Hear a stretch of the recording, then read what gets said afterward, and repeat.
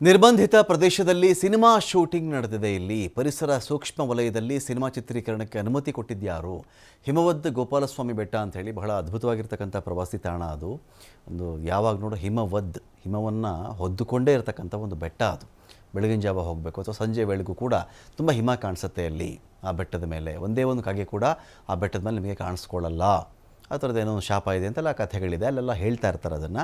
But ಬಹಳ ಜನ ಅಲ್ಲಿ ಹೋದರೆ ನಿಮಗೆ ಅಲ್ಲಿಂದ ಕೆಲ ದೂರದಲ್ಲಿ ನೋಡಿದ್ರೆ ಆನೆಗಳೆಲ್ಲ ಕಾಣಿಸ್ತಾ ಇರ್ತವೆ. ಕೆಲವು ಆನೆಗಳು ಆ ದೇವಸ್ಥಾನದ ಬೆಳಿಗ್ಗೆನೇ ಬರ್ತವೆ. ಇಂತಹ ಹಿಮವದ್ ಗೋಪಾಲಸ್ವಾಮಿ ಬೆಟ್ಟದಲ್ಲಿ ಶೂಟಿಂಗ್ಗೆ ಅನುಮತಿ ಕೊಟ್ಬಿಟ್ಟಿದ್ದಾರೆ. ಚಾಮರಾಜನಗರ ಜಿಲ್ಲೆ ಗುಂಡ್ಲುಪೇಟೆಯ ಬೆಟ್ಟ ಇದು.